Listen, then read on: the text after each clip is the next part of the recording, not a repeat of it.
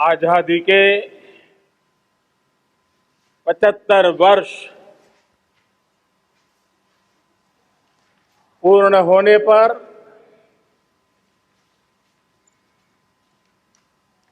देशवासियों को अनेक अनेक शुभकामनाएं, बहुत बहुत बधाई। न सिर्फ हिंदुस्तान का हर कोना, लेकिन दुनिया के हर कोने में आज किसी न किसी रूप में भारतीयों के द्वारा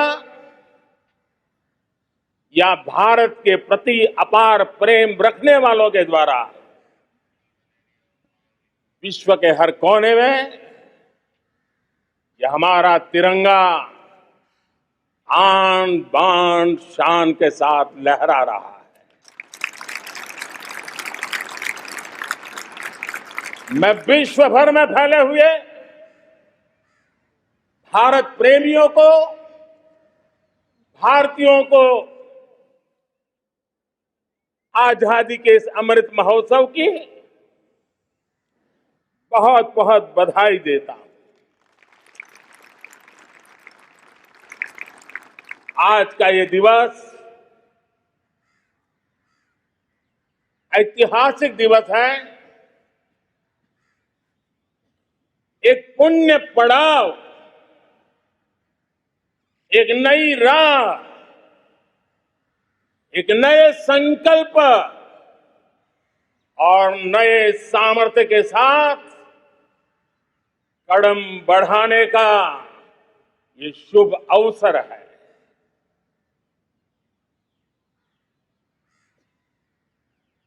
आजादी के जंग में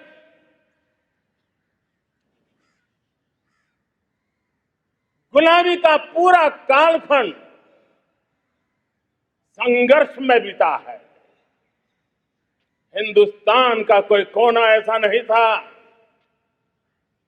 कोई काल ऐसा नहीं था जब देशवासियों ने सैकड़ों सालों तक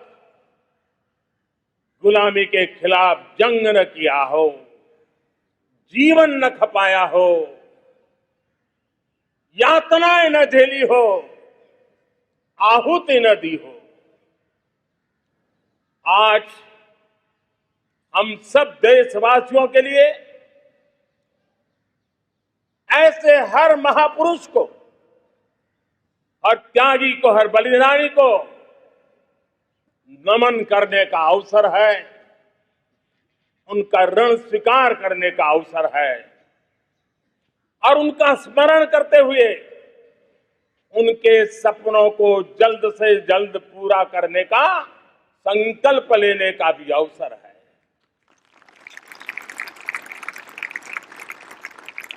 हम सभी देशवासी कृतज्ञ हैं पूज्य बापू के, नेताजी सुभाष चंद्र बोस के, बाबा साहब आंबेडकर के, वीर सावरकर के, जिन्होंने कर्तव्य पथ पर जीवन को खपा दिया। कर्तव्य पथ ही उनका जीवन पथ रहा। यह देश कृतज्ञ है मंगल पांडे, तात्या टोपे, भगत सिंह, सुखदेव, राजगुरु, चंद्रशेखर आजाद, अशफाक उल्लाह खान, राम प्रसाद बिस्मिल, अनगिनत ऐसे हमारे क्रांतिवीरों ने अंग्रेजों की हुकूमत की नींव हिला दी थी।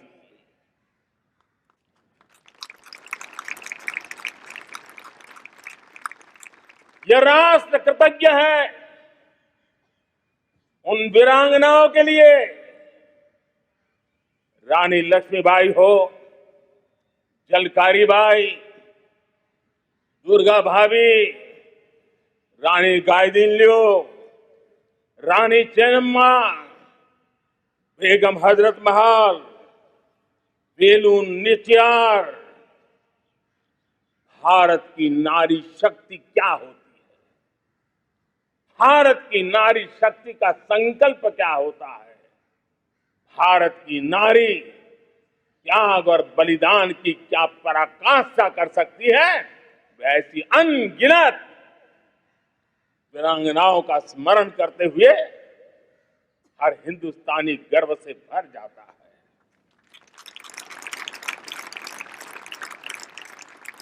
आजादी का जंग भी लड़ने वाले और आजादी के बाद देश बनाने वाले भी, डॉक्टर राजेंद्र प्रसाद जी हो, नेहरू जी हो, सरदार वल्लभ भाई पटेल, श्यामा प्रसाद मुखर्जी, लाल बहादुर शास्त्री, दीनदयाल उपाध्याय, जयप्रकाश नारायण, राम मनोहर लोहिया, आचार्य विनोबा भावे, नानाजी देशमुख, सुब्रमण्यम भारती, अनगिनत ऐसे महापुरुषों को आज नमन करने का अवसर है। जब आजादी के जंग की चर्चा करते हैं तो हम उन जंगलों में जीने वाले हमारे आदिवासी समाज का भी गौरव करना हम नहीं भूल सकते हैं। भगवान बिरसा मुंडा, सिद्धो कान्हू, अल्लूरी सीताराम राजू, गोविंद गुरु,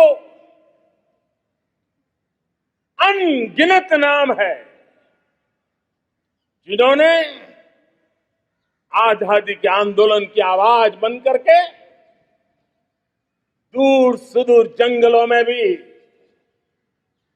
मेरे आदिवासी भाई बहनों में, माताओं में, युवकों में मातृभूमि के लिए जीने मरने की प्रेरणा जगाई।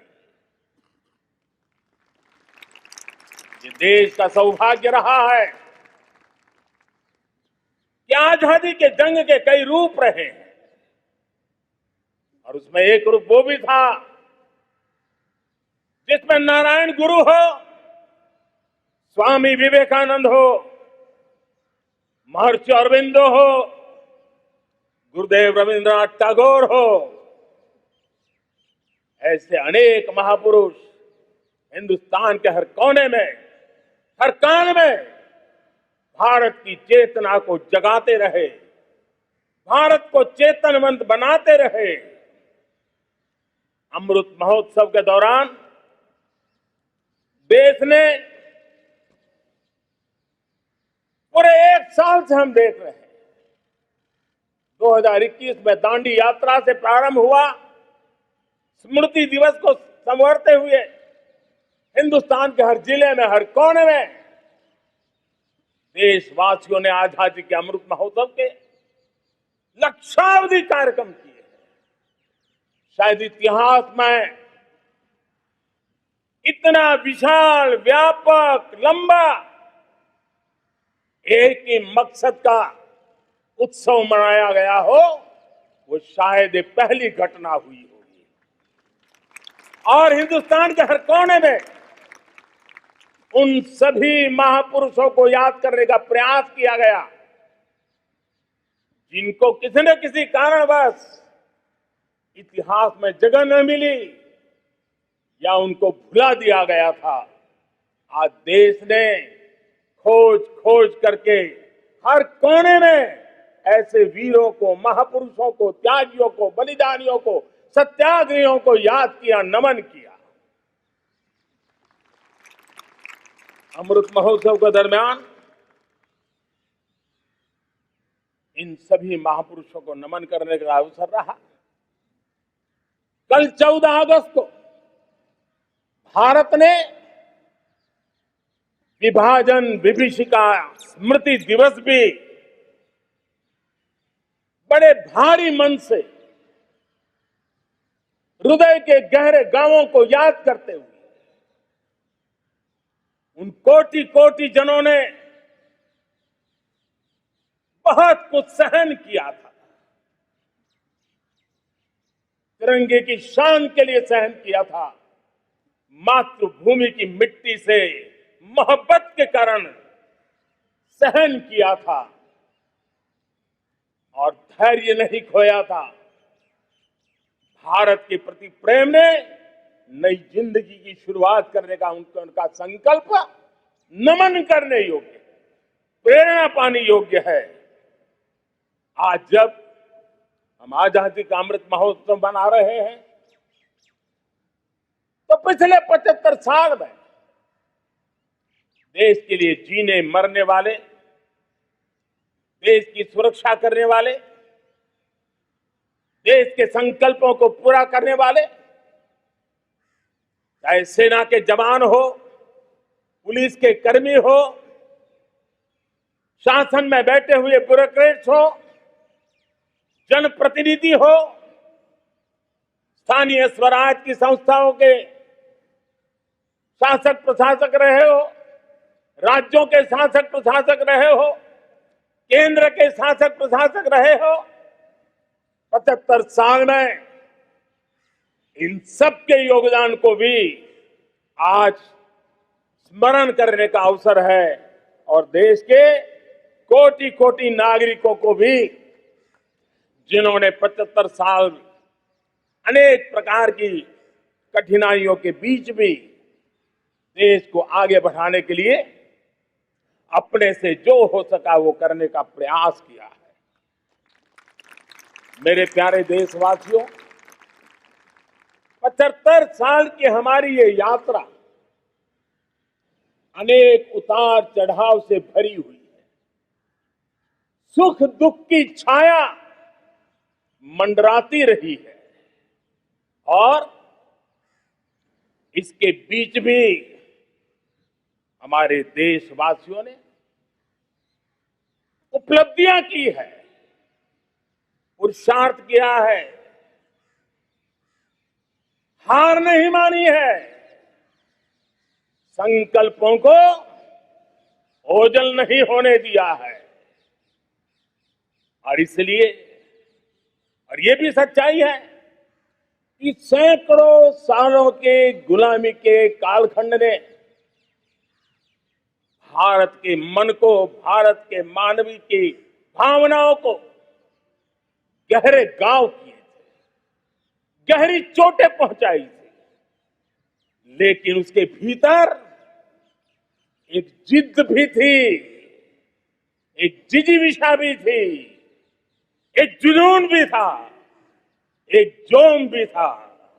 और उसके कारण अभावों के बीच में भी, उपहास के बीच में भी, और जब आजादी का जंग अंतिम चरण में था तो देश को डराने के लिए, निराश करने के लिए, हताश करने के लिए सारे उपाय किए गए थे।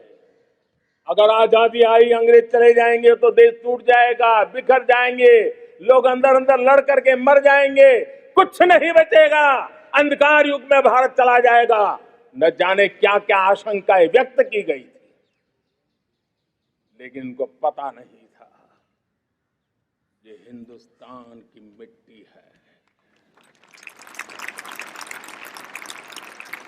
इस मिट्टी में वो सामर्थ्य है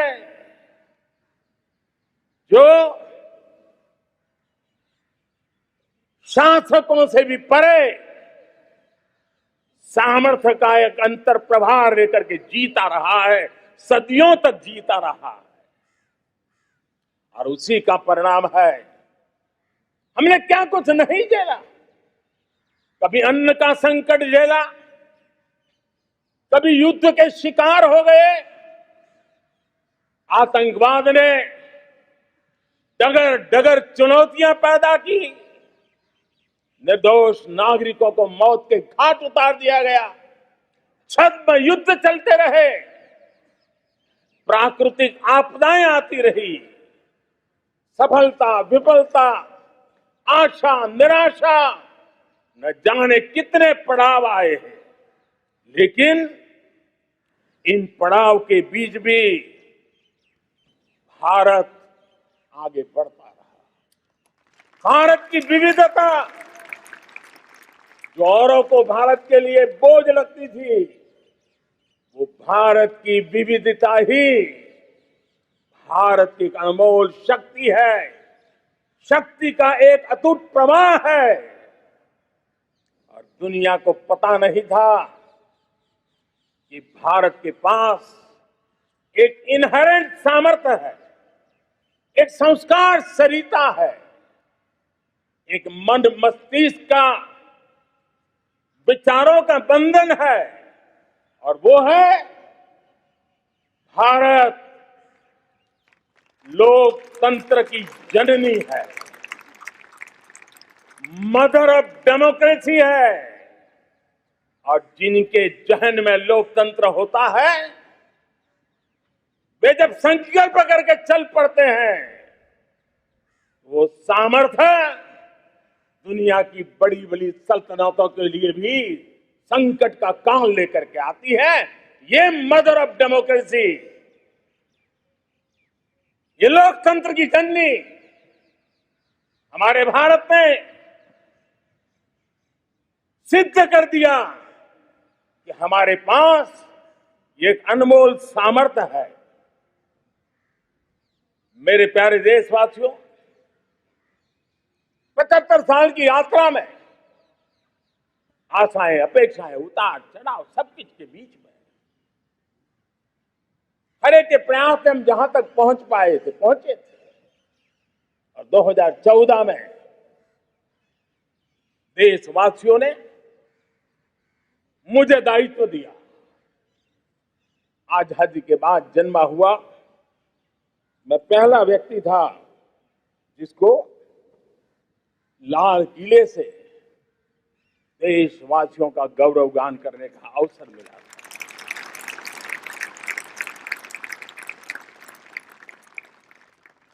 लेकिन मेरे दिल में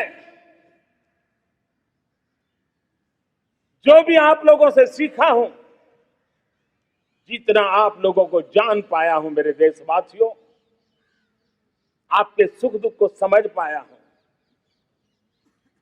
देश की आशा अपेक्षाओं के भीतर वो कौन सी आत्मा बसती है, उसको जितना मैं समझ पाया हूं, उसको लेकर के मैंने अपना पूरा कालखंड देश के उन लोगों को एम्पावर करने में खपाया।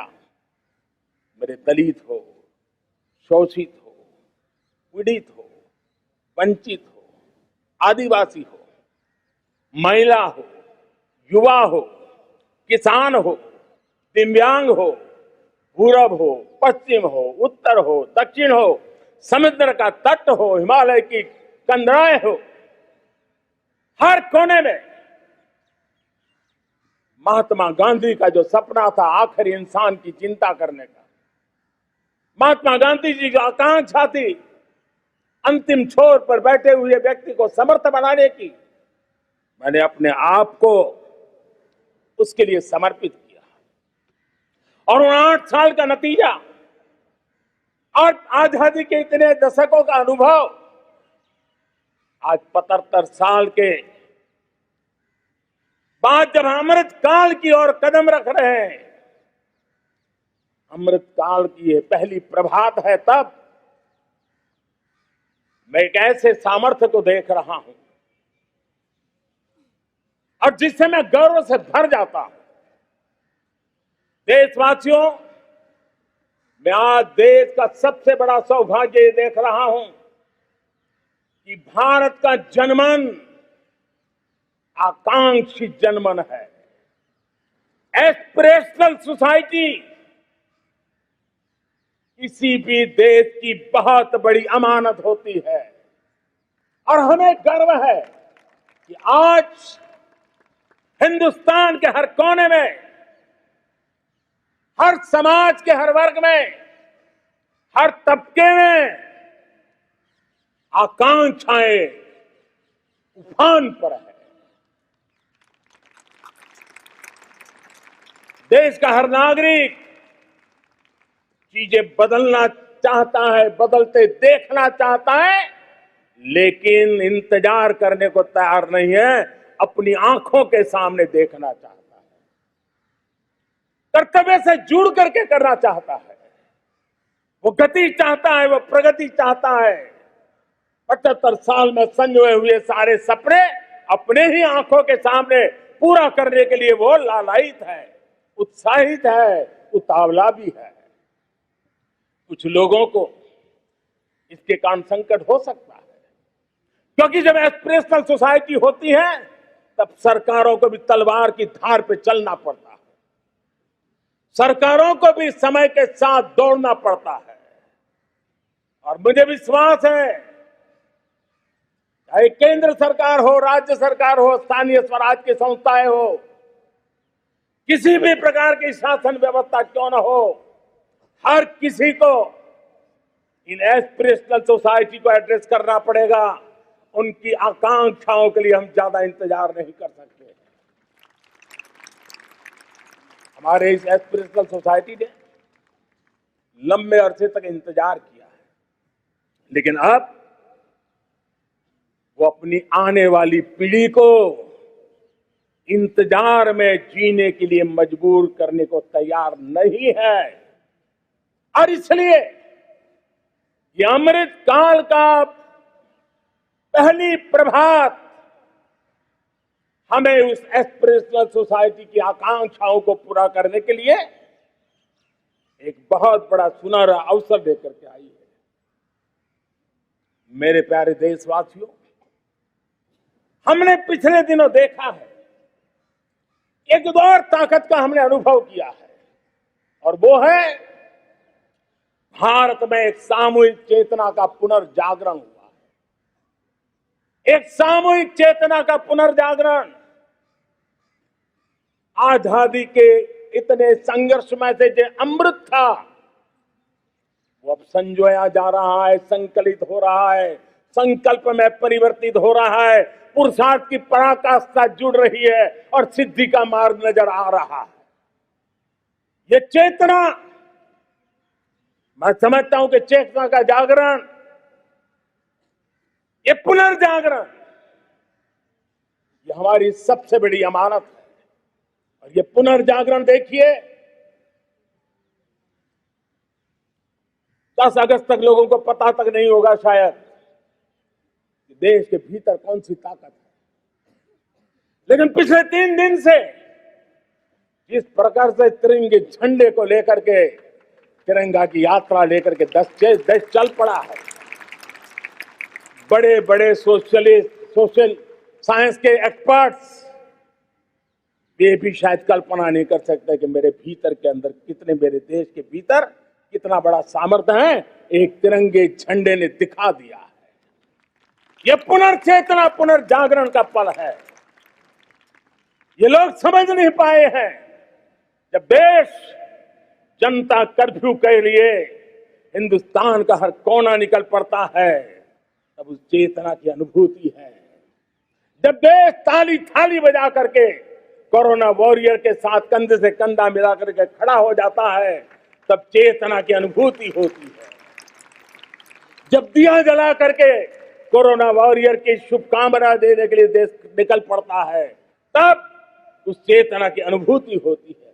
दुनिया कोरोना के कालखंड में वैक्सीन लेना या न लेना, वैक्सीन काम का है कि नहीं है, उस उलझन में जी रहा था। उस समय मेरे देश के गांव गरीब भी 200 करोड़ डोज दुनिया को चौंका देने वाला काम करके दिखा देते हैं। यही चेतना है, यही सामर्थ्य है।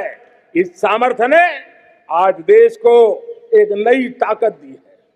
मेरे प्यारे भाइयों बहनों, तीसरा एक महत्वपूर्ण सामर्थ्य मैं देख रहा हूं, जैसे एस्पिरेशनल सोसाइटी, जैसे पुनर्जागरण, वैसे ही आजादी के इतने दशकों के बाद पूरे विश्व का भारत की तरफ देखने का नजरिया बदल चुका है। विश्व भारत की तरफ गर्व से देख रहा है, अपेक्षा से देख रहा है। समस्याओं का समाधान भारत की धरती पर दुनिया खोजने लगी है। दोस्तों, विश्व का ये बदलाव, विश्व की सोच में ये परिवर्तन 75 साल की हमारी अनुभव यात्रा का परिणाम है। हम जिस प्रकार से संकल्पों लेकर चल पड़े हैं, दुनिया इसे देख रही है और आखिरकार विश्व भी उम्मीदें लेकर के जी रहा है। उम्मीदें पूरे करने का सामर्थ्य कहां पड़ा है, वो उसे दिखने लगा है। मैं इसे त्रिशक्ति के रूप में देखता हूं, 3 सामर्थ्य के रूप में देखता हूं। और ये त्रिशक्ति है एस्पिरेशन की, पुनर्जागरण की और विश्व की उम्मीदों की। और इसे पूरा करने के लिए हम जानते हैं दोस्तों, आज दुनिया में एक विश्वास जगने में मेरे देशवासियों की बहुत बड़ी भूमिका है। 130 करोड़ देशवासियों ने कई दशकों के अनुभव के बाद स्थिर सरकार का महत्व क्या होता है, राजनीतिक स्थिरता का महत्व क्या होता है, पॉलिटिकल स्टेबिलिटी दुनिया में किस प्रकार की ताकत दिखा सकती है, नीतियों में कैसा सामर्थ्य होता है, उन नीतियों पर विश्व का कैसे भरोसा बनता है, ये भारत ने दिखाया है और दुनिया भी इसे समझ रही है। और हम जब राजनीतिक स्थिरता हो, नीतियों में गतिशीलता हो, निर्णयों में तेजी हो, सर्वव्यापकता हो, सर्व समावेशकता हो, तो विकास के लिए हर कोई भागीदार बनता है। हमने सबका साथ सबका विकास का मंत्र लेकर के हम चले थे, लेकिन देखते ही देखते देशवासियों ने सबका विश्वास और सबका प्रयास से उसमें और रंग भर दिए हैं। और इसलिए हमने देखा है हमारी सामूहिक शक्ति को, हमारे सामूहिक सामर्थ्य को हमने देखा है। आजादी का अमृत महोत्सव जिस प्रकार से बनाया गया, जिस प्रकार से हर जिले में 75 अमृत सरोवर बनाने का अभियान चल रहा है, गांव गांव के लोग जुड़ रहे हैं, कार सेवा कर रहे हैं, अपने प्रयत्नों से अपने गांव में जल संरक्षण के लिए बड़ा अभियान चला रहे हैं। और इसलिए भाइयों बहनों, चाहे स्वच्छता का अभियान हो, चाहे गरीबों के कल्याण का काम हो, देश आज पूरी शक्ति से आगे बढ़ रहा है। लेकिन भाइयों बहनों, हम लोग आजादी के अमृत काल में हमारी 75 साल की यात्रा को, उसका गौरवगान करते रहेंगे, अपनी ही पीठ थपथपाते रहेंगे, तो हमारे सपने कहीं दूर चले जाएंगे। और इसलिए 75 साल का कालखंड कितना ही शानदार रहा हो, कितने ही संकटों वाला रहा हो, कितने ही चुनौतियों वाला रहा हो, कितने ही सपने अधूरे दिखते हो, उसके बावजूद भी आज जब हम अमृत काल में प्रवेश कर रहे हैं, अगले 25 वर्ष हमारे देश के लिए अत्यंत महत्वपूर्ण है। और इसलिए जब मैं आज मेरे सामने लाल किले पर से 130 करोड़ देशवासियों के सामर्थ्य का स्मरण करता हूं, उनके सपनों को देखता हूं, उनके संकल्पों की अनुभूति करता हूं, तो साथियों मुझे लगता है आने वाले 25 साल के लिए हमें उस 5 पंच प्राण पर अपनी शक्ति को केंद्रित करनी होगी, अपने संकल्पों को केंद्रित करना होगा, अपने सामर्थ्य को केंद्रित करना होगा। और हमें उन पंच प्राण को लेकर के 2047 जब आजादी के 100 साल होंगे, आजादी के दीवानों के सारे सपने पूरे करने का जिम्मा उठा करके चलना होगा। जब मैं पंच प्राण की बात करता हूं, तो पहला प्राण,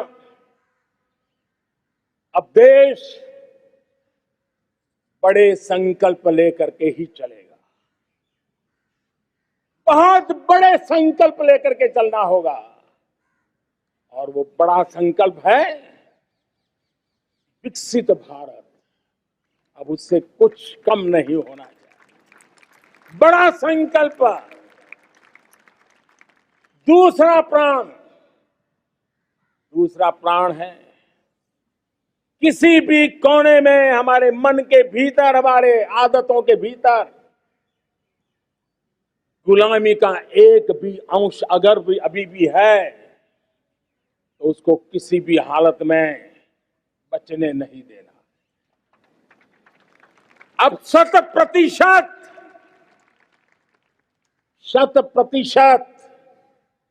सैकड़ों साल की गुलामी ने जहां हमें जकड़ कर रखा है, हमारे मनोभाव को बांध करके रखा हुआ है, हमारी सोच में विकृतियां पैदा करके रखी है, हमें गुलामी की छोटी चीज भी कहीं नजर आती है, हमारे भीतर नजर आती है, हमारे आसपास नजर आती है, हमें उससे मुक्ति पानी ही होगी। ये हमारा दूसरी प्राण शक्ति है। तीसरी प्राण शक्ति, हमें हमारी विरासत पर गर्व होना चाहिए। हमारी विरासत के प्रति, क्योंकि यही विरासत है जिसने कभी भारत को स्वर्णिम काल दिया था, और यही विरासत है जो समय को अनुकूल परिवर्तन करने की आदत रखती है। यही विरासत है जो काल बाह्य छोड़ती रही है, नित्य नूतन स्वीकारती रही है। और इसलिए इस विरासत के प्रति हमें गर्व होना चाहिए। चौथा प्राण, वो भी उतना ही महत्वपूर्ण है, और वो है एकता और एकजुटता। 130 करोड़ देशवासियों में एकता, न कोई अपना न कोई पराया।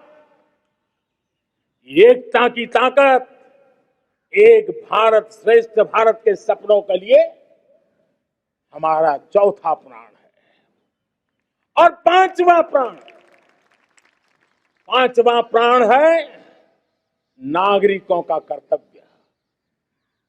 नागरिकों का कर्तव्य, जिसमें प्रधानमंत्री भी बाहर नहीं होता है, मुख्यमंत्री भी बाहर नहीं होता है, वो भी नागरिक है। नागरिकों का कर्तव्य, यह हमारे आने वाली 25 साल के सपनों को पूरा करने के लिए एक बहुत बड़ी प्राण शक्ति है। मेरे प्यारे देशवासियों, जब सपने बड़े होते हैं,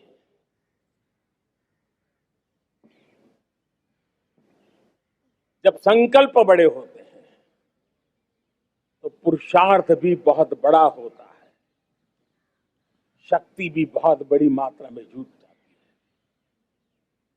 अब कोई कल्पना कर सकता है कि देश 40-42 के कालखंड को याद कीजिए। देश उठ खड़ा हुआ था, किसी ने हाथ में झाड़ू लिया था, किसी ने तकली ली थी, किसी ने रेटिया लिया था, किसी ने सत्याग्रह का मार्ग चुना था, किसी ने संघर्ष का मान चुना था, किसी ने क्रांति की वीरता का रास्ता चुना था। लेकिन संकल्प बड़ा था, आजादी। और ताकत देखिए, बड़ा संकल्प था तो आजादी लेके रहे, हम आजाद हो गए। अगर संकल्प छोटा होता, सीमित होता, तो शायद आज भी संघर्ष करने के दिन चालू रहते। लेकिन संकल्प बड़ा था तो हमने हासिल भी किया। मेरे प्यारे देशवासियों, अब आज जब अमृत काल की पहली प्रभात है, तो हमें इस 25 साल में विकसित भारत बना के रहना है। अपनी आंखों के सामने और जो 20, 22, 25 साल के नौजवान मेरे देश के मेरे सामने हैं, मेरे देश के नौजवानों, जब देश आजादी के 100 साल मनाएगा तब आप 50-55 के हुए होंगे। मतलब आपके जीवन का ये स्वर्णिम काल, आपकी उम्र के ये 25-30 साल भारत के सपनों को पूरा करने का काल है। आप संकल्प लेकर के मेरे साथ चल पड़िए साथियों, तिरंगे झंडे की शपथ लेकर के चल पड़िए। हम सब पूरी ताकत से लगे आए। बड़ा संकल्प, मेरा देश विकसित देश होगा, डेवलप कंट्री होगा। विकास के हर पैरामीटर में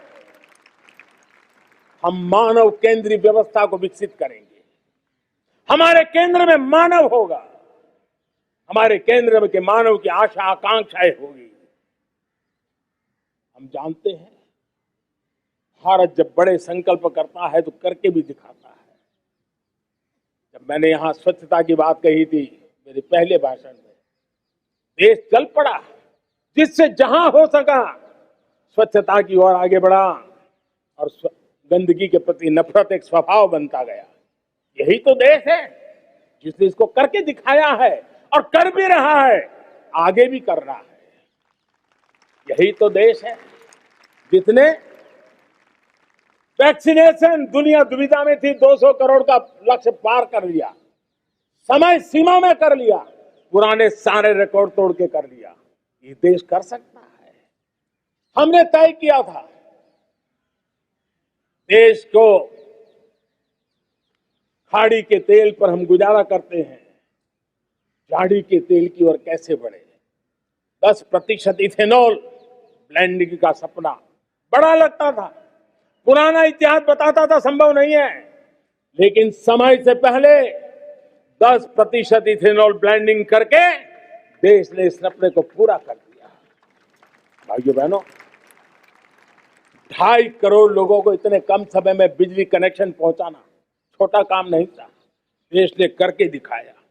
लाखों परिवारों के घर में जल से नल, नल से जल, नल से जल पहुंचाने का काम आज देश तेज गति से कर रहा है।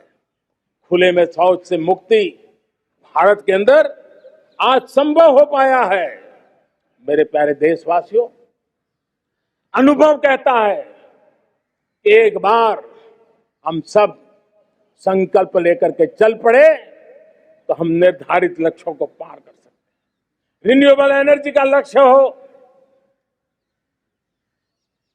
देश में नए मेडिकल कॉलेज बनाने का इरादा हो, डॉक्टरों की तैयारी करवानी हो, हर क्षेत्र में पहले से गति बहुत बड़ी है। और इसलिए मैं कहता हूं अब आने वाले 25 साल बड़े संकल्प के हो। यही हमारा प्राण, वही हमारा प्रण भी होना चाहिए। दूसरी बात मैंने कही है, उस प्राण शक्ति की मैंने चर्चा की है कि गुलामी की मानसिकता। देश की सोचिए भाइयों, कब तक दुनिया हमें सर्टिफिकेट बांटती रहेगी? कब तक दुनिया के सर्टिफिकेट पर हम गुजारा करेंगे? क्या हम अपने मानक नहीं बनाएंगे? क्या 130 करोड़ का देश अपने मानकों को पार करने के लिए पुरुषार्थ नहीं कर सकता है? हमें किसी भी हालत में औरों के जैसा दिखने की कोशिश करने की जरूरत नहीं है। हम जैसे हैं वैसे, लेकिन सामर्थ्य के साथ खड़े होंगे, ये हमारा मिजाज होना चाहिए। हमें गुलामी से मुक्ति चाहिए। हमारे मन के भीतर दूर दूर 7 समंदर के नीचे भी गुलामी का तत्व नहीं बच रहना चाहिए।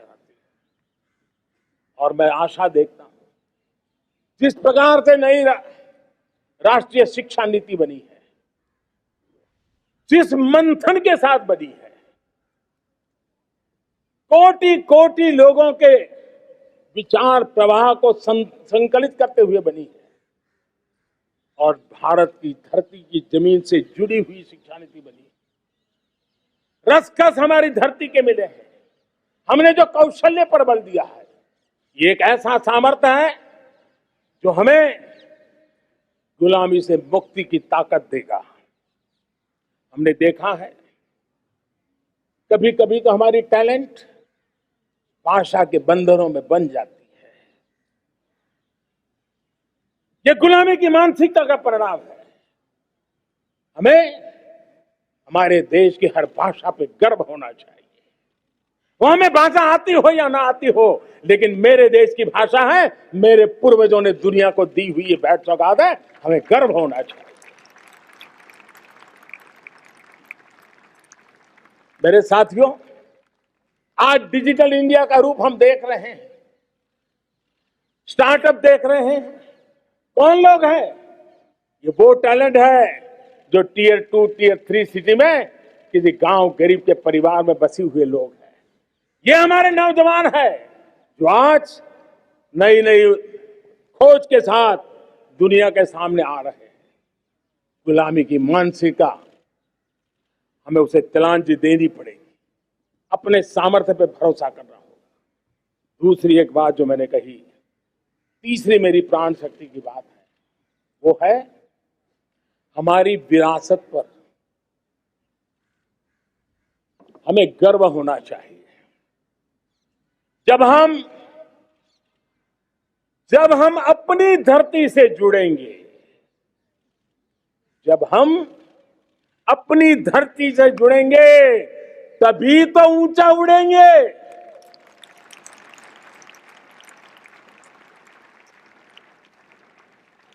और जब हम ऊंचा उड़ेंगे तो हम विश्व को भी समाधान दे पाएंगे।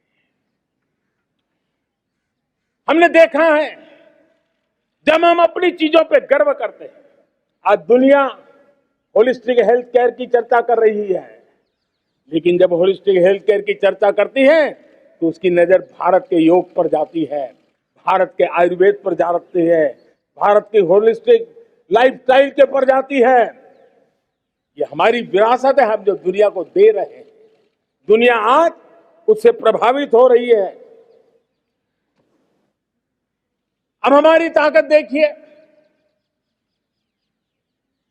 हम वो लोग हैं जो प्रकृति के साथ जीना जानते हैं, प्रकृति को प्रेम करना जानते हैं। आज विश्व पर्यावरण की जो समस्याओं से जूझ रहा है, हमारे पास वो विरासत है। ग्लोबल वार्मिंग की समस्याओं के समाधान का रास्ता हम लोगों के पास है, हमारे पूर्वजों ने दिया हुआ है। जब हम लाइफस्टाइल की बात करते हैं, एनवायरमेंट फ्रेंडली लाइफस्टाइल की बात करते हैं, हम लाइफ मिशन की बात करते हैं, तो दुनिया का ध्यान आकर्षित करते हैं। हमारे पास एक सामर्थ्य है, हमारा बड़ा धान, मोटा धान, मिलेट, हमारे यहां तो घर घर की चीज रही है। ये हमारी विरासत है। हमारे छोटे किसानों के परिश्रम से छोटी छोटी जमीन के टुकड़ों में फलने फूलने वाली हमारे धान। आज दुनिया अंतर्राष्ट्रीय स्तर पर मिलेट ईयर मनाने के लिए आगे बढ़ रही है।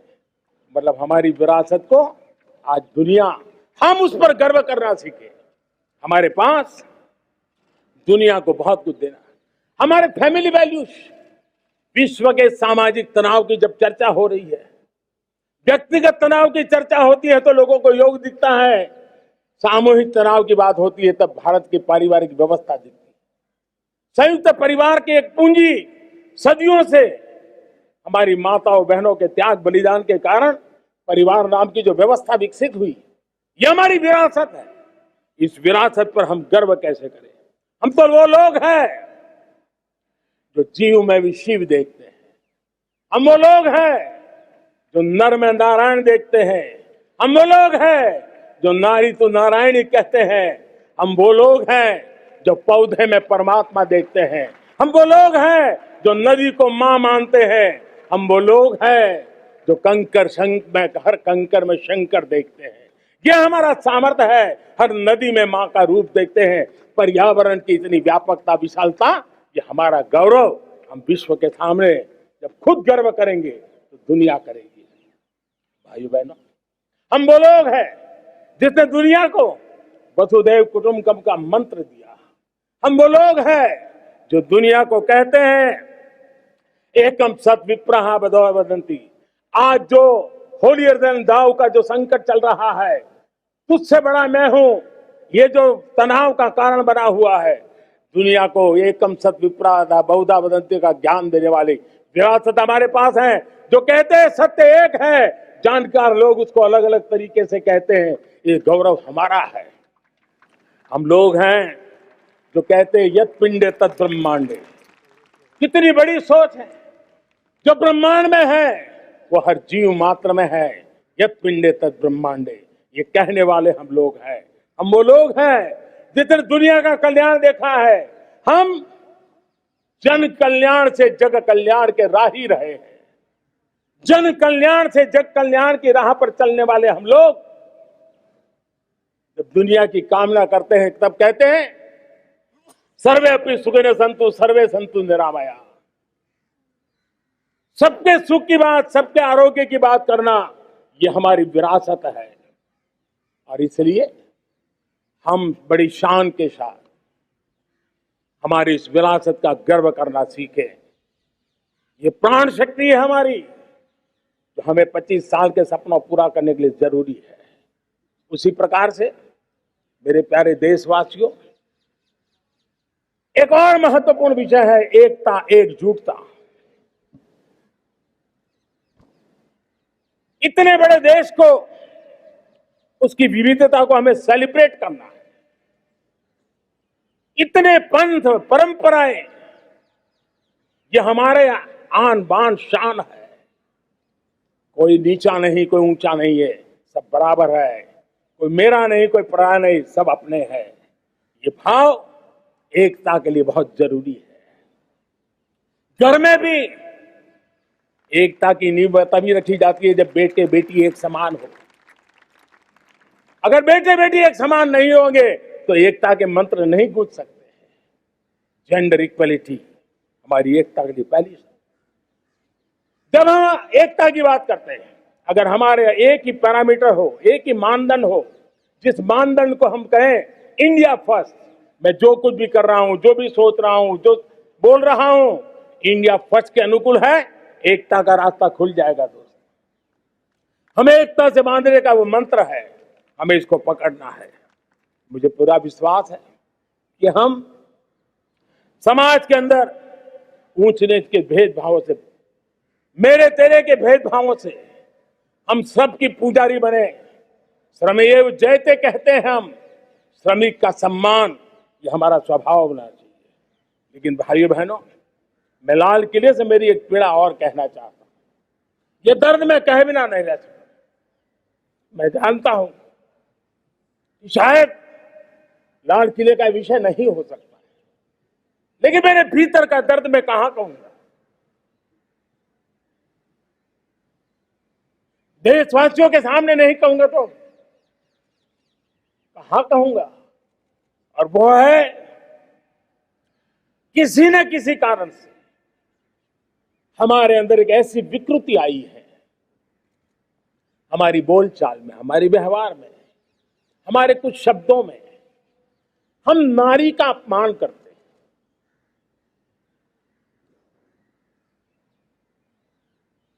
क्या हम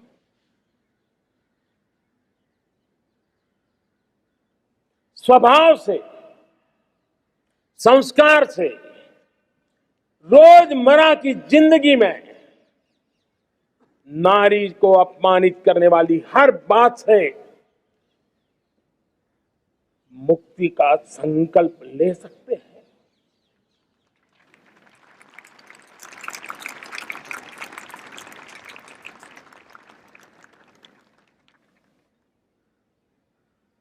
नारी का गौरव राष्ट्र के सपने पूरे करने में बहुत बड़ी पूंजी बनने वाला है। ये सामर्थ्य मैं देख रहा हूं, और इसलिए मैं इस बात का आग्रही हूं। मेरे प्यारे देशवासियों, मैं 5वीं प्राण शक्ति की बात करता हूं, और वो 5वीं प्राण शक्ति है नागरिक का कर्तव्य। दुनिया में जिन जिन देशों ने प्रगति की है, जिन जिन देशों ने कुछ अचीव किया है, व्यक्तिगत जीवन में भी जिसने अचीव किया है, कुछ बातें उभर करके सामने आती हैं। एक, अनुशासित जीवन। दूसरा, कर्तव्य के प्रति समर्पण। व्यक्ति की जीवन की सफलता हो, समाज की हो, परिवार की हो, राष्ट्र की हो, ये मूलभूत मार्ग है, ये मूलभूत प्राण शक्ति है। और इसलिए हमें कर्तव्य पर बल देना ही होगा। यह शासन का काम है कि बिजली 24 घंटे पहुंचाने के लिए प्रयास करे, लेकिन ये नागरिक का कर्तव्य है कि जितनी ज्यादा यूनिट बिजली बचा सकते बचाएं। हर खेत में पानी पहुंचाना सरकार की जिम्मेवारी है, सरकार का प्रयास है, लेकिन और ड्रॉप मोर क्रॉप, पानी बचाते हुए आगे बढ़ना, मेरे हर खेत से आवाज उठनी चाहिए।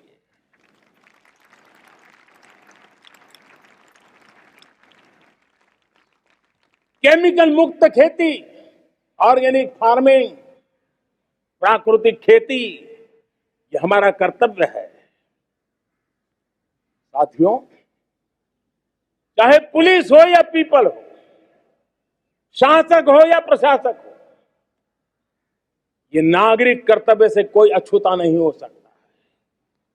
हर कोई अगर नागरिक के कर्तव्यों को निभाएगा तो मुझे विश्वास है कि हम इच्छित लक्ष्य को प्राप्त करने में समय से पहले सिद्धि प्राप्त कर सकते हैं। मेरे प्यारे देशवासियों, आज महर्षि अरविंदो की जन्म जयंती भी है। मैं उस महापुरुष के चरणों में नमन करता हूं, लेकिन हमें उस महापुरुष को याद करना होगा जिन्होंने कहा था, स्वदेशी से स्वराज, स्वराज से सुराज। ये उनका मंत्र है। हम सबको सोचना होगा कि हम कब तक दुनिया के और लोगों पर निर्भर रहेंगे। क्या हमारे देश का अन्न की आवश्यकता हो, हम आउटसोर्स कर सकते हैं क्या? जब देश ने तय कर लिया कि हमारा पेट हम खुद भरेंगे, देश ने करके दिखाया कि नहीं दिखाया? एक बार संकल्प लेते हैं तो होता है दोस्त। और इसलिए आत्मनिर्भर भारत, ये हर नागरिक का, हर सरकार का, समाज के हर इकाई का ये दायित्व बन जाता है। ये आत्मनिर्भर भारत, ये सरकारी एजेंडा, सरकारी कार्यक्रम नहीं है। ये समाज का जन आंदोलन है जिसे हमें आगे बढ़ाना है। मेरे साथियों, आज जब ये बात हमने सुनी, आजादी के 75 साल के बाद जिस आवाज को सुनने के लिए हमारे कान तरस रहे थे, 75 साल के बाद वो आवाज सुनाई दी है। 75 साल के बाद लाल किले पर से तिरंगे को सलामी देने का काम पहली बार मेड इन इंडिया तोप ने किया है। कौन हिंदुस्तानी होगा जिसको ये बात, एक आवाज उसे नई प्रेरणा, ताकत नहीं दी? और इसलिए मेरे प्यारे भाई बहनों, मैं आज मेरे देश के सेना के जवानों का हृदय से अभिनंदन करना चाहता हूं। मेरी आत्मनिर्भर की बात को संगठित स्वरूप में, साहस के स्वरूप में मेरी सेना के जवानों ने, सेना नायकों ने जिस जिम्मेवारी के साथ कंधे पे उठाया है, मैं उनको जितनी सैल्यूट करूं उतनी कम है दोस्त। उनको आज मैं सलाम करता हूं, क्योंकि सेना का जवान मौत को मुट्ठी में लेकर के चलता है।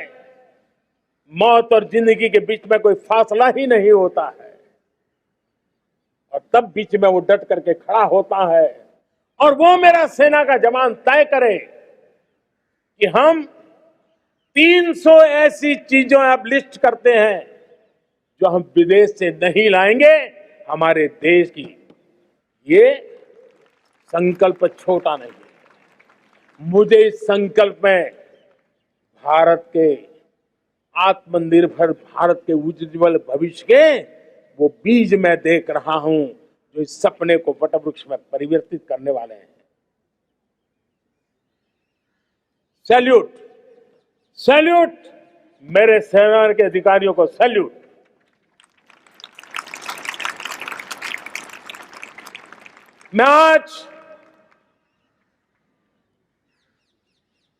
मैं मेरे छोटे छोटे बालकों को, 5 साल 7 साल की आयु के बालक, उनको भी सैल्यूट करना चाहता हूं, उनको भी सलाम करना चाहता हूं। जब देश के सामने चेतना जगी, मैंने सैकड़ों परिवारों से सुना है, 5-5, 7 साल के बच्चे घर में कह रहे हैं कि अब हम विदेशी खिलौने से नहीं खेलते। 5 साल का बच्चा घर में विदेशी खिलौने से नहीं खेलेंगे, ये जब सब संकल्प करता है ना, तब आत्मनिर्भर भारत उसकी रगों में दौड़ता है। आज देखिए, पीएलआई स्कीम 1 लाख करोड़ रुपया दुनिया के लोग हिंदुस्तान में अपना नसीब आजमाने आ रहे हैं, टेक्नोलॉजी लेकर के आ रहे हैं, रोजगार के नए अवसर बना रहे हैं। भारत मैन्युफैक्चरिंग हब बनता जा रहा है, आत्मनिर्भर भारत की बुनियाद बना रहा है। आज इलेक्ट्रॉनिक गुड्स मैन्युफैक्चरिंग हो, मोबाइल फोन का मैन्युफैक्चरिंग हो, आज देश बहुत तेजी से प्रगति कर रहा है। जब हमारा ब्रह्मोस दुनिया में जाता है, कौन हिंदुस्तानी होगा जिसका मन आसमान को न छूता होगा। दोस्तों, आज हमारी मेट्रो कोचेज, हमारी वंदे भारत ट्रेन विश्व के लिए आकर्षण बन रहा है। मेरे प्यारे देशवासियों, हमें आत्मनिर्भर बनना है हमारे एनर्जी सेक्टर में। हम कब तक एनर्जी के सेक्टर में किसी और पर डिपेंडेंट रहेंगे? और हमें सोलार का क्षेत्र हो, विंड एनर्जी का क्षेत्र हो, रिन्यूएबल के और भी जो रास्ते हो, मिशन हाइड्रोजन हो, बायोफ्यूल की कोशिश हो, इलेक्ट्रिक व्हीकल पर जाने की बात हो, हमें आत्मनिर्भर बन करके इन व्यवस्थाओं को आगे बढ़ाना होगा। मेरे प्यारे देशवासियों, आज प्राकृतिक खेती भी आत्मनिर्भर का एक मार्ग है। फर्टिलाइजर से जितनी ज्यादा मुक्ति, आज देश में नैनो फर्टिलाइजर के कारखाने की नई आशा लेकर के आए हैं। लेकिन प्राकृतिक खेती, केमिकल फ्री खेती आत्मनिर्भर को ताकत दे सकती है। आज देश में रोजगार के क्षेत्र में ग्रीन जॉब के नए नए क्षेत्र बहुत तेजी से खुल रहे हैं। भारत ने नीतियों के द्वारा स्पेस को खोल दिया है। ड्रोन की बहुत दुनिया में सबसे प्रगतिशील पॉलिसी लेकर के आए हैं। हमने देश के नौजवानों के लिए नए द्वार खोल दिए हैं। मेरे प्यारे भाइयों बहनों, मैं प्राइवेट सेक्टर को भी आह्वान करता हूं, आइए हमें विश्व में छा जाना है। आत्मनिर्भर भारत का यह भी सपना है कि दुनिया को भी जो आवश्यकताएं हैं उसको पूरा करने में भारत पीछे नहीं जाएगा। हमारे लघु उद्योग हो, सूक्ष्म उद्योग हो, कुटीर उद्योग हो, जीरो डिफेक्ट जीरो इफेक्ट हमें उस करके हमें दुनिया में जाना होगा। हमें स्वदेशी पर गर्व करना होगा। मेरे प्यारे देशवासियों, हम बार बार लाल बहादुर शास्त्री जी को याद करते हैं। जय जवान जय किसान का उनका मंत्र आज भी देश के लिए प्रेरणा है। बाद में अटल बिहारी वाजपेयी जी ने जय विज्ञान कह करके उसमें एक कड़ी जोड़ दी थी और देश ने उसको प्राथमिकता दी थी। लेकिन अब अमृतकाल के लिए एक और अनिवार्यता है और वो है जय अनुसंधान। जय जवान जय किसान जय विज्ञान जय अनुसंधान, इनोवेशन। और मुझे मेरे देश की युवा पीढ़ी में भरोसा है। इनोवेशन की ताकत देखिए, आज हमारा यूपीआई भीम, हमारा डिजिटल पेमेंट, फिनटेक की दुनिया में हमारा स्थान, आज विश्व में रियल टाइम 40% अगर डिजिटल फाइनेंशियल का ट्रांजैक्शन होता है तो मेरे देश में हो रहा है। हिंदुस्तान ने ये करके दिखाया। मेरे प्यारे देशवासियों, अब हम 5G के दौर की ओर कदम रख रहे हैं।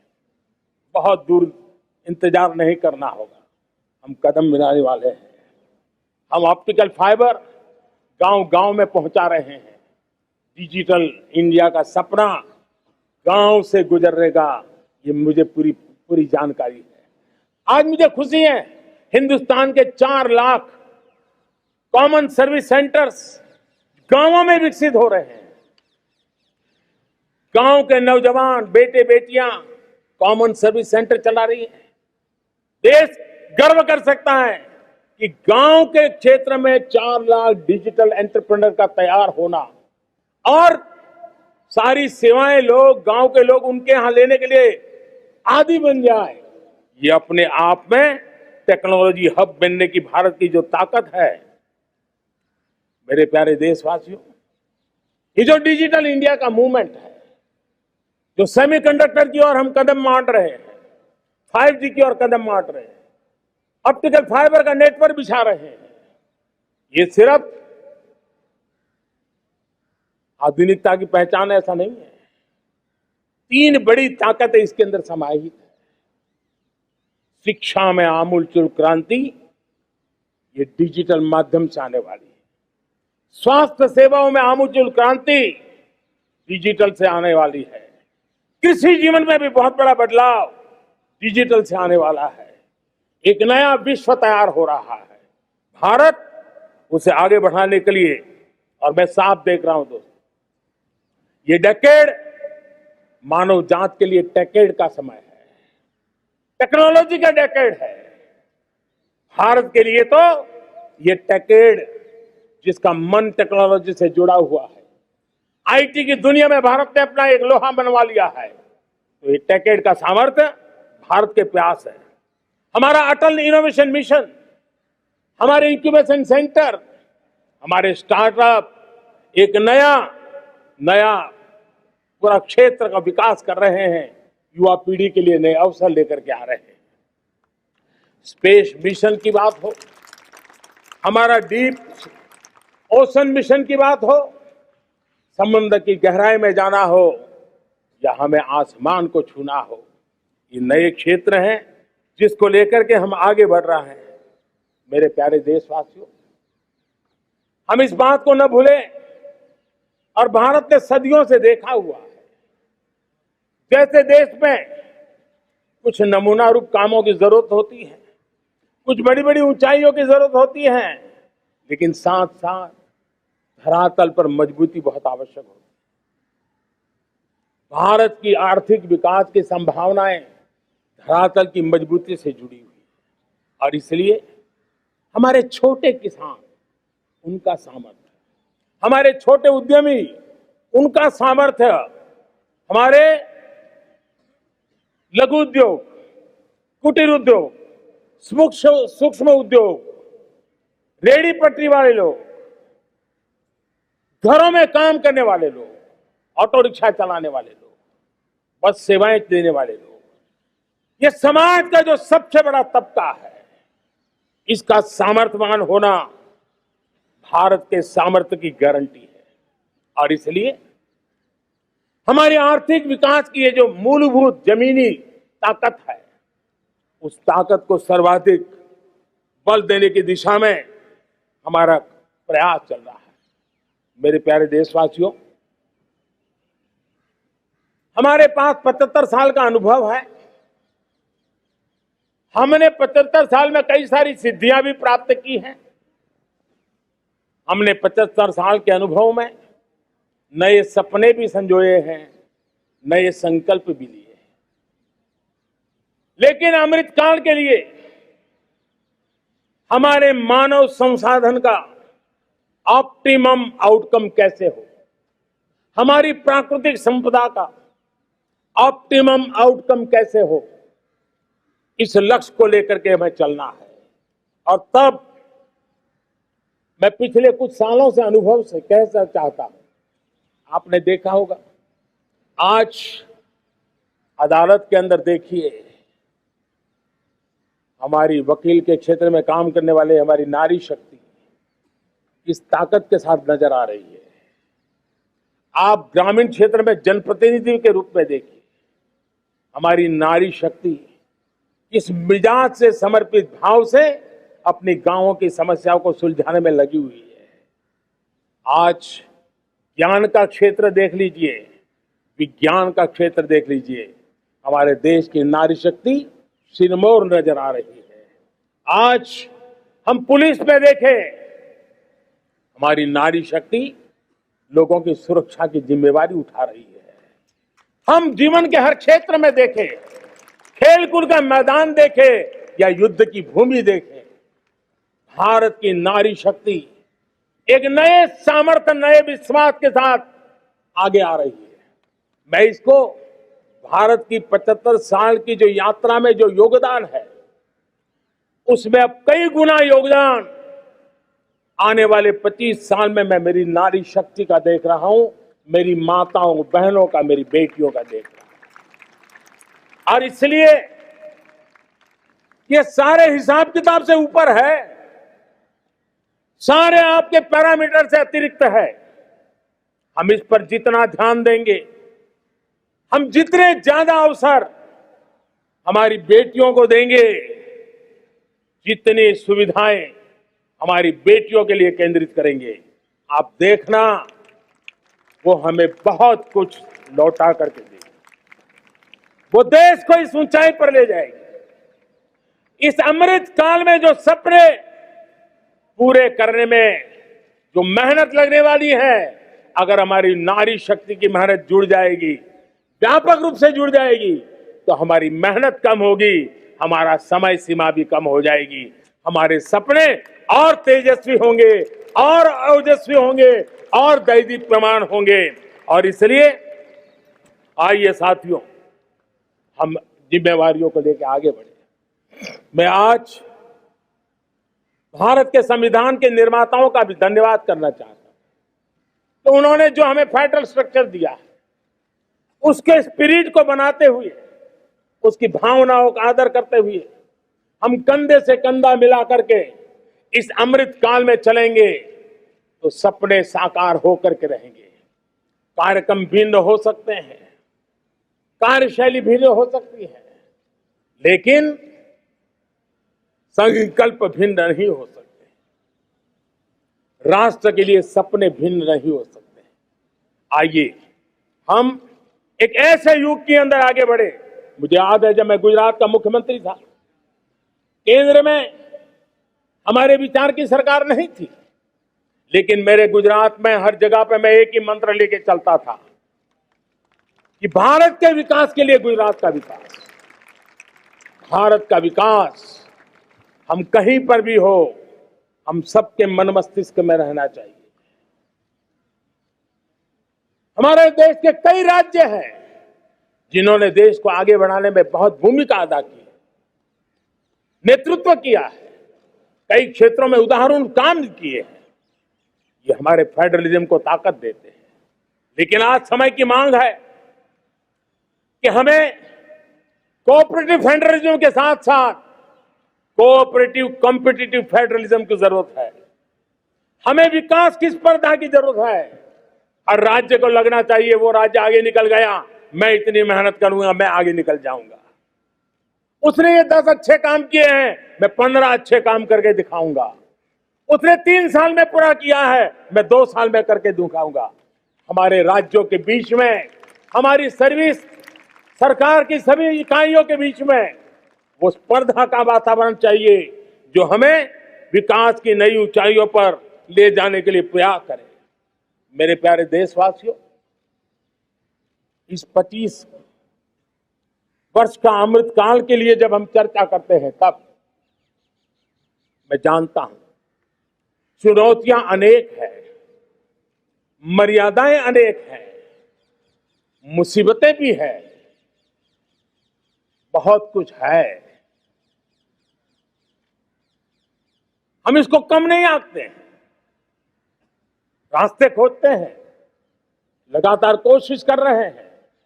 लेकिन 2 विषयों को तो मैं यहां आज चर्चा करना चाहता हूं। चर्चा अनेक विषयों पर हो सकती है, लेकिन मैं अभी समय की सीमा के कारण 2 विषयों पर चर्चा करता हूं। और मैं मानता हूं हमारे इन सारी चुनौतियों के कारण, विकृतियों के कारण, बीमारियों के कारण इस 25 साल का अमृतकाल, उस पर शायद अगर हमने समय रहते नहीं चेते, समय रहते समाधान नहीं किए, तो वो ये विकराल रूप ले सकते हैं। और इसलिए मैं सबकी चर्चा न करते हुए 2 पर जरूर चर्चा करना चाहता हूं। एक है भ्रष्टाचार, दूसरा है भाई भतीजावाद, परिवारवाद।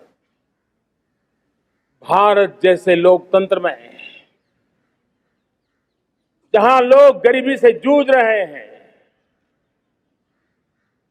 जब ये तरफ से देखते हैं, एक तरफ वो लोग हैं जिनके पास रहने के लिए जगह नहीं है, दूसरी तरफ वो तरफ लोग हैं जिनको अपना चोरी किया हुआ माल रखने के लिए जगह नहीं है। ये स्थिति अच्छी नहीं है। और इसलिए हमें भ्रष्टाचार के खिलाफ पूरी ताकत से लड़ना है।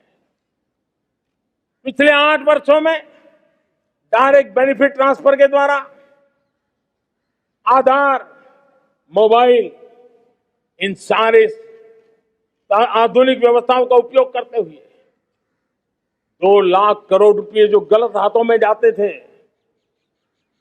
उसको बचा करके देश की भलाई के लिए काम लगाने में हम सफल हुए। जो लोग पिछली सरकारों में बैंकों को लूट लूट करके भाग गए, उनकी संपत्तियां जब्त कर करके वापस लाने की कोशिश कर रहे हैं। कईयों को जेलों में जीने के लिए मजबूर करके रखा हुआ है। हमारी कोशिश है जिन्होंने देश को लूटा है उनको लौटाना पड़े, वो स्थिति हम पैदा करेंगे। भाइयों बहनों, अब भ्रष्टाचार के खिलाफ मैं साफ देख रहा हूं कि हम एक निर्णायक कालखंड में कदम रख रहे हैं। बड़े बड़े चमरबंदी भी बच नहीं पाएंगे। इस मिजाज के साथ भ्रष्टाचार के खिलाफ एक निर्णायक कालखंड में अब हिंदुस्तान कदम रख रहा है। और मैं लाल किले की प्राचीर से बड़ी जिम्मेवारी के साथ कह रहा हूं। और इसलिए भाइयों बहनों, भ्रष्टाचार दीमक की तरह देश को खोखला कर रहा है। मुझे इसके खिलाफ लड़ाई लड़नी है, लड़ाई को तेज करना है, निर्णायक मोड़ पे लेकर के ही जाना है। तब मेरे 130 करोड़ देशवासी, आप मुझे आशीर्वाद दीजिए, आप मेरा साथ दीजिए। मैं आज आपसे साथ मांगने आया, आपका सहयोग मांगने आया हूं, ताकि मैं इस लड़ाई को लड़ पाऊं, इस लड़ाई को देश जीत पाए और सामान्य नागरिक की जिंदगी भ्रष्टाचार ने तबाह करके रखी हुई है। मैं मेरे इन सामान्य नागरिक की जिंदगी को फिर से शान बान शान के लिए जीने के लिए रास्ता बनाना चाहता हूं। और इसलिए मेरे प्यारे देशवासियों, ये चिंता का विषय है कि आज देश में भ्रष्टाचार के प्रति नफरत तो दिखती है, व्यक्त भी होती हैं, लेकिन कभी कभी भ्रष्टाचारियों के प्रति उदारता बरती जाती है। किसी भी देश में ये शोभा नहीं देगा। और कई लोग तो इतनी बेशर्मी तक चले जाते हैं कि कोर्ट में सजा हो चुकी हो, भ्रष्टाचारी सिद्ध हो चुका हो, जेल जाना तय हो चुका हो, जेल गुजार रहे हो, उसके बावजूद भी उनका महिमा मंडन करने में लगे रहते हैं, उनकी शान शौकत में लगे रहते हैं, उनकी प्रतिष्ठा बनाने में लगे रहते हैं। अगर जब तक समाज में गंदगी के प्रति नफरत नहीं होती है, स्वच्छता की चेतना जगती नहीं है। जब तक भ्रष्टाचार और भ्रष्टाचारी के प्रति नफरत का भाव पैदा नहीं होता है, सामाजिक रूप से उसको नीचा देखने के लिए मजबूर नहीं करते, तब तक एक मानसिकता खत्म होने वाली नहीं है। और इसलिए भ्रष्टाचार के प्रति भी और भ्रष्टाचारियों के प्रति भी हमें बहुत जागरूक होने की जरूरत है। दूसरी एक चर्चा मैं करना चाहता हूं, भाई भतीजावाद।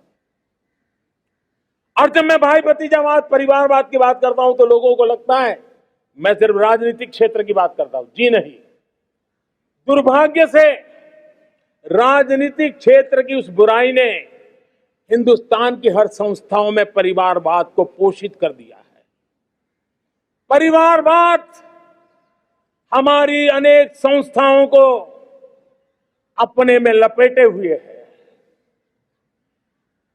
और उसके कारण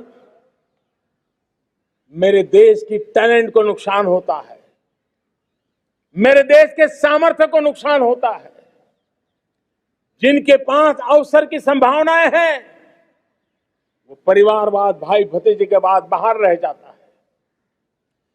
भ्रष्टाचार का भी कारण ये भी एक बन जाता है, ताकि उसका कोई भाई भतीजे के कार्य आसरा नहीं है तो लगता है चलो भाई कहीं से खरीद करके के जगह बना लूं।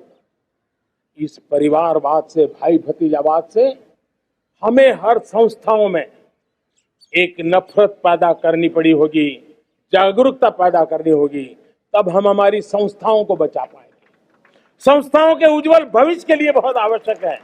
उसी प्रकार से राजनीति में भी परिवारवाद ने देश के सामर्थ्य को सबसे सारा अन्याय किया है। परिवारवादी राजनीति परिवार की भलाई के लिए होती है, उसको देश की भलाई से कोई लेना देना नहीं होता है।